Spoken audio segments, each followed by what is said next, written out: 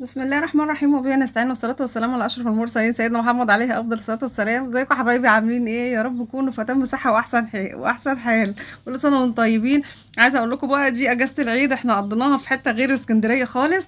كانوا كام يوم بصراحة مش قادرة أقول لكم كان على جمالهم، يعني حصل فيهم مواقف مش قادرة أقول لكم، كانت صدمة بالنسبة لي. ده في أول يوم رحنا كده. بس النهاردة يعني خليكم معايا في الفيديوهات دي، هتستمتعوا بالمناظر اللي هتشوفوها. هتشوفوا مناظر جميلة جدا وأماكن حلوة جدا وفي نفس الوقت المكان بسيط ورخيص جدا جدا. فأنا مش هقول لكم دلوقتي احنا فين، بس اللي من البلد هنا هوت واللي عارف المكان دوت يبقى يقول لي في تعليق. قبل ما نبتدوا الفيديو بتاعنا، يا ريت ما تنسونيش باللايك وتشتركوا في القناة وفعلوا الجرس عشان يوصلكم مني كل جديد. بحبكم في الله. معاكم يوم جديد من ايام خدوجة. انا اللي كنت بوصف الموقف الموقف اللي حصل لي. يعني كان موقف اللي حصل لي انا وجوزي عامة، مش انا بس، كان موقف صعب جدا. بس تعالوا نشوفوا اول يوم حصل معانا ايه، ونشوفوا بس الغرفة وانا هاخدكم كده من اول اليوم، من اول ما طلعنا من اسكندرية، عشان تبقوا معايا يعني في اللحظات الجميلة دي، لحظة بلحظة. مش هفوت لكم حاجة ان شاء الله. وخليكم معايا لاخر الفيديو، هتشوفوا حاجات جميلة ان شاء الله. وكل سنة وانتم طيبين. هنا كنا خلاص بقى طلعنا من الاسكندرية. المكان ده مش في اسكندرية، ما تقولوش ان هو مثلا عشان بحر والكلام ده اساسا مش بحر. فكان هنا خلاص كنا الحمد لله وصلنا في الموقف، ومن الموقف اخدنا مواصلة تانية. كنا خلاص هنا بقى رايحين على الفندق. عايزه اوريكم كده كام منظر جميل جدا. يعني في النهار بيبقى حاجه، وبالليل حاجه تانية خالص. عايزه اقول لكم كل اليخوت والمراكب والحاجات دي بتبقى بالليل بقى كلها اضواء كده ملعلعه وملعلطه كده، بتخلي المنظر على الكورنيش روعه. ف وبصوا المركب دي عبارة عن مركب، يعني الله أعلم، أنا ما دخلتهاش بصراحة، بس أنا بقيت مختلفة أنا وجوزي. هل دي يعني مركب عايمة ولا ثابتة ولا كافيه ولا يعني حاجة للأفراح؟ ما كناش عارفين بصراحة، ما وصلناش لحاجة. بس في حاجات زيها بتبقى مراكب كبيرة كده، لسه ما جناش عندها. طول ما احنا ماشيين على الكورنيش كده شايفين اليخوت دي. بصراحة مناظر جميلة جدا، ومنظر حتى المية حلو قوي.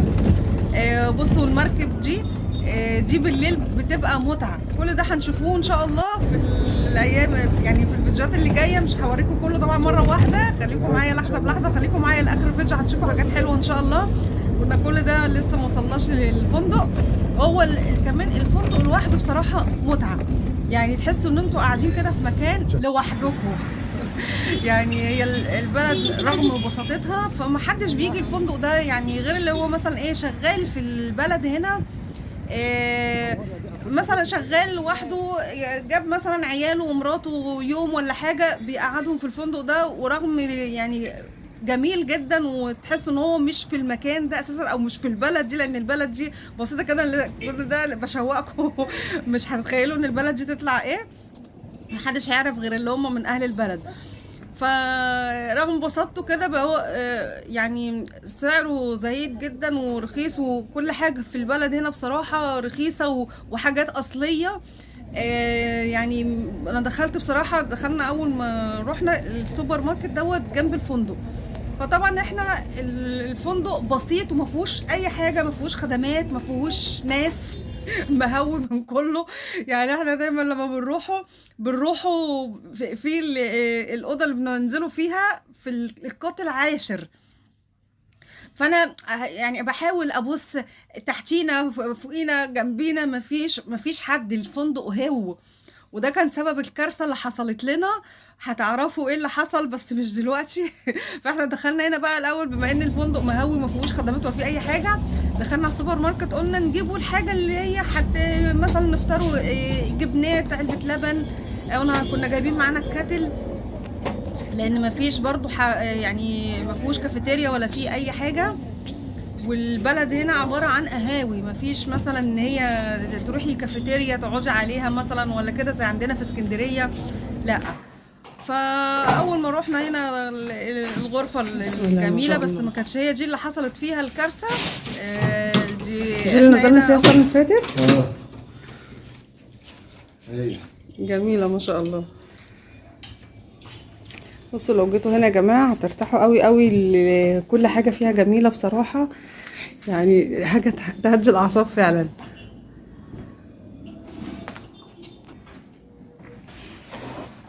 هيبهركم. انا مبهوره بصراحه.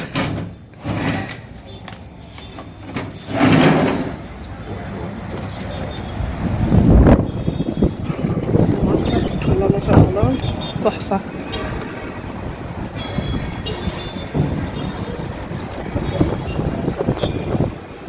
كل سنه لما بنيجوا يعني بنعوزوا تغيروا جو يوم كده ولا حاجه بننزلوا في نفس الاوضه دي. طبعا كفايه لما بتقومي من النوم الصبح كده على المنظر الجميل ده، وقدام منك المتحف والجنينه اللي قدامك دي، ده لوحده منظر بصراحه متعه. يعني كمان الستة الصبح منظر. تعالوا نشوفوا بقيه يومنا هنعمله فيه ايه.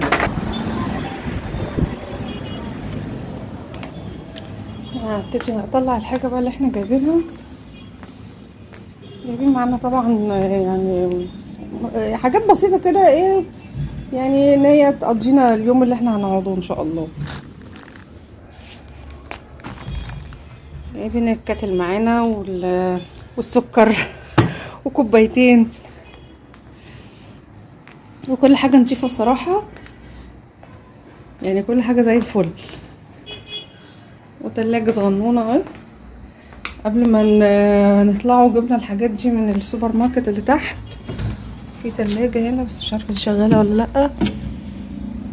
التسقيع بتاعها يعني ها مش اللي هو، بس هي يعني بتفي بالغرض.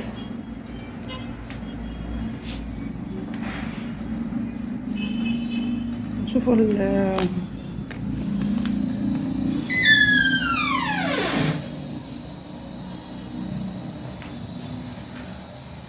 السخان خربان شوية مش مشكلة بس شغال.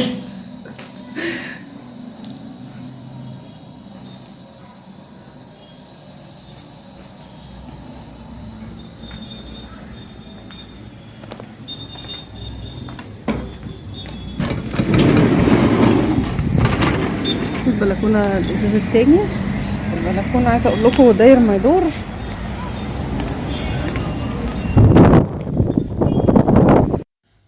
بصوا بقى انا يعني موتوني في حاجه كده اسمها ادوار عاليه، بحب الادوار العاليه جدا جدا. يعني حتى جوزي لما جه السنه اللي فاتت اختار لنا الاوضه ده، وعارف ان انا بحب الادوار العاليه، فاختار لنا اللي في الدور العاشر دي. بس برضو حصل فيها كارثه، هبقى احكي لكم الموقف اللي حصل وفرج عليها الدنيا يوميها، وكانت واتغميت في اول الرحله كده. فلازم احنا كل فسحة كده بيحصل فيها حاجة بنتقبضوا من الموضوع. بس اهو الحمد لله بيعدي على خير يعني. الحمد لله. فانا كان نفسي بصراحه اقضي فيها، لان السنه اللي فاتت قضينا فيها يومين كانوا حلوين قوي فالسنه دي بقى قال لي بقول لك ايه، بما اننا طالعين من المشوار اللي قطم وسطنا ده والغم اللي احنا كنا فيه وتعبك وكده، فايه تعالي بقى نقضي يومين كده في المكان اللي انت ايه نفسيتك بترتاح فيه. فبصراحة هو عارف يعني أنا إيه باجي في المكان دوت بنسى الدنيا، رغم بساطته ورغم كل حاجة في البلد هنا بسيطة جدا جدا. فقضينا يومين الحمد لله بعد الفجعة اللي أخدناها يعني. سيبكم من الموضوع ده. بس قضينا الحمد لله يومين، يعني الواحد نسى اللي كنا فيه واللي عانيناه والحمد لله رب العالمين. فانا اول حاجه طبعا فرجتكم على الغرفه زي ما انتم شايفين بسيطه جدا جدا، وجبنا معانا كل حاجه لحد باكو الشاي لعلبة اللبن كل حاجة. ما فيهاش بصراحة، ما فيهوش خدمات خالص يعني. حتى بص لو قعدتوا 10 أيام كده فيها محدش هيجي يخبط عليكم. وبصوا حتى يعني جبت فوطين والمناديل معانا وبرطمان السكر وكوبايتين ومعلقة شاي والكاتل طبعا. الكاتل طالع عينه بس والله يعني شغال جميل بصراحة، نفعنا في الشاي. المشكلة ان انتي هنا يعني، وكنا الحاجات اللي جبناها من السوبر ماركت اهي، والتلاجة الصغنونة دي يعني انا بفتحها كده ما لقيتش فيها تسقيع خالص. وده كان سبب من الاسباب اللي خلانا للاسف نسيبه الاوضة وجرالنا اللي جرالنا. يا ريتنا ما سبناها، بس كل شيء بيبقى نصيب. فقلت يعني عشان لو مش شغالة ولا كده، الحاجة اللي معانا جبنة لانشون اللبن، الحاجات دي هتبوظ مننا ما تخسرش. زي ما انتوا شايفين كده لقينا السخان خربان. هو شغال بس شكله يخوف. انا كل ده بفرجكم، يعني بوريكم بساطة المكان بسيط قد ايه، وبس للأسف ما فيهوش خدمات. وعايزه اقول لكم الورطه اللي احنا قعدنا فيها، اللي وقعنا فيها دي، طبعا دي سبب يعني مش عارفه اهمال ولا ايه، لان ولا في سكينه ولا شوكه ولا معلقه ولا حاجه حد مثلا عشان حد يقع في الموقف اللي احنا وقعنا فيه ده ويعرف يتصرف باي، يعني يكون في اي امكانيات. لا ده احنا واخدين اوضه من غير اي حاجه، هتشوفوا ايه اللي جرى. طبعا احنا كنا في الاوضه اللي فوق، كانت في حاجات بايظه وتلفزيون مش شغال وحاجات في الحمام كده خربانه، فنزلنا يعني بلغناهم بالموضوع دوت. فقالت لي خلاص هننقلكم في اوضه تانية. يعني انا كنا اللي هي الاوضه اللي في العاشر دي كنا كل سنه ايه بنيجي نقضي فيها يوم ولا يومين، فجينا لقينا الحاجه اللي كانت بايظه فيها السنه اللي فاتت هي نفس الحاجات اللي خسرانه فيها، فاشتكينا وكده. فقالت لي تعالي في الاوضه اللي هي دي اللي في التاسع. حتى بصوا البطاطين اهي مختلفه عن التانية. انا كان عاجبني البطاطين اللي فوق قوي بصراحه. فالمهم ايه، رحنا واخدين الاوضه اللي في جوزي بقى قبل ما ينسيبوا التانية، ولمينا الحاجه بقى اللي كنا فرشنا اي حاجه جايبينها بقى، طلعنا اذا كان معانا ميات جبنات مش عارفه ايه. فجوزي قال لي هاتي المفتاح اديهولها عشان ما تنساهوش في الاوضه. قلت له ماشي، فاعطيتها المفتاح واحنا جينا هنا. فانا بقى في سلامتي ايه، اول ما جيت رحت قافله الباب على طول، وهنا كانت الكارثه. بصوا الباب عامل ازاي. فجوزي راح قال لي فين المفتاح بتاع الاوضه دي. قلت له انا بحسبه معاك، انت قلت لي سلميها المفتاح التاني. قال لي لا انا المفتاح ما خدتهوش. قلت له ولا انا خدته منها. قال لي يعني ايه احنا اتحبسنا هنا. الكارثه مش في ان احنا محبوسين بس في اوضه من غير اكره، يعني الباب ما ينفعش يتفتح. بصوا باي طريقه من الطرق ما ينفعش يتفتح خالص. شايفين الباب عامل ازاي. فالمهم انا طلعت اجري على يعني هوريكم المنظر. مفيش ولا جنبنا في حد هنا ولا تحتينا حد. يعني لو قعدنا صوتنا من هنا لتاني يوم ومعناش الرقم الريسبشن تحت محدش هيبصوا. مفيش حد فوق ولا تحت، يعني حتى الناس اللي في الشارع لو هنقعدوا نزعقوا لهم ما حدش هيسمعنا. ففضلنا نخبطه، فضلت اهبد على الباب جامد، اهبد. راح جوزي الله يكرمه جات له فكره، كان معاه الميداليه بتاعته، هوريكم ايه اللي حصل بالظبط. بصوا جات له فكره عمل ايه في الباب. كان معاه زي كده بتاع دي، راح يعني الحمد لله لسان الطبله طلع من مكانه وفتحنا الباب. لقينا المفتاح فين بقى؟ لقينا المفتاح في الباب من بره. يعني انتوا متخيلين الكارثه اللي احنا مدى الكارثه اللي كنا فيها. بصوا مفيش حد خالص،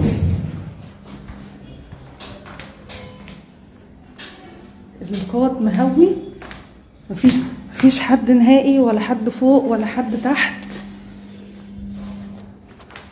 ولا حد حتى بيعدي. قعدت هبد على الباب جامد قوي ولا حد سمعني.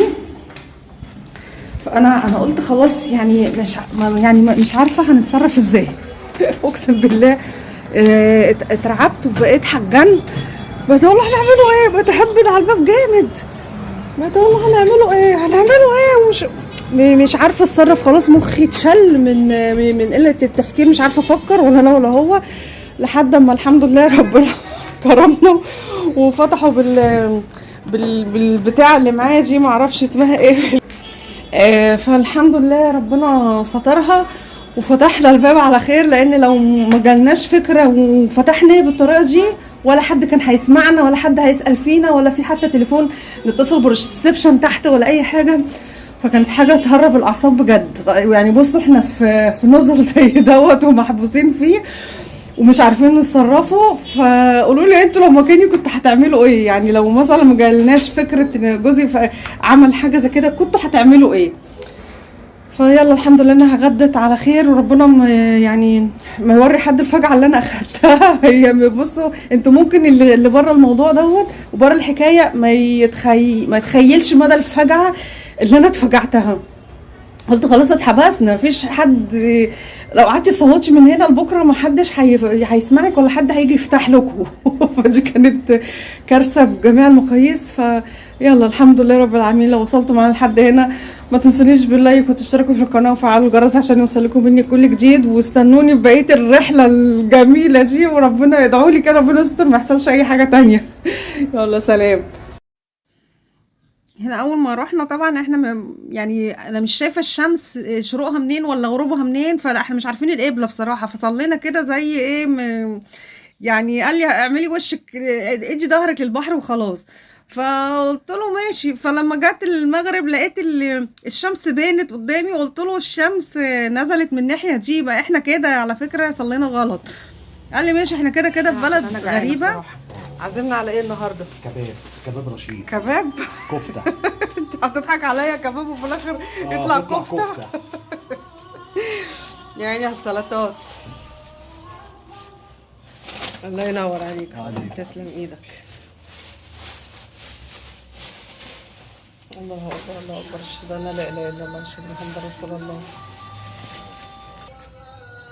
هو العيش كده هو بيتباع انصص كده؟ انصص رشيد، انصص مقفوله كمان. اول مره اشوف رغيف نص رغيف. مش رغيف كامل.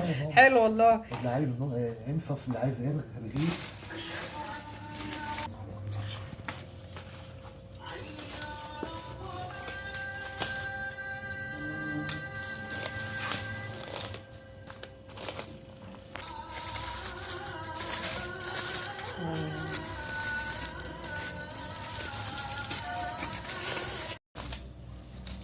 يا عيني الريحه فظيعه طبعا. خلي بالك هم بياكلوا المشويات. لا بصراحه الحته حلوه قوي ما شاء الله جميله. معروفه رشيد، احلى لحمه.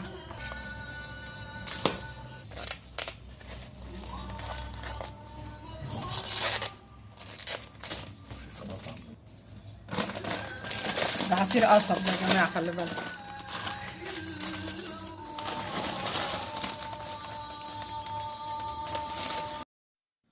كان سبحان الله يعني لسه روايح كده رمضان في الجو، وتحسوا ان يعني لسه احنا في رمضان، حتى احنا بناكله هو وقت المغرب. تعالوا كلوا معانا يا جماعه، ولو وصلتوا معانا لحد هنا يا ريت ما تنسوش باللايك وتشتركوا في القناه وفعلوا الجرس عشان يوصلكم مني كل جديد. واستنوني بقى في الفيديوهات الجايه ان شاء الله.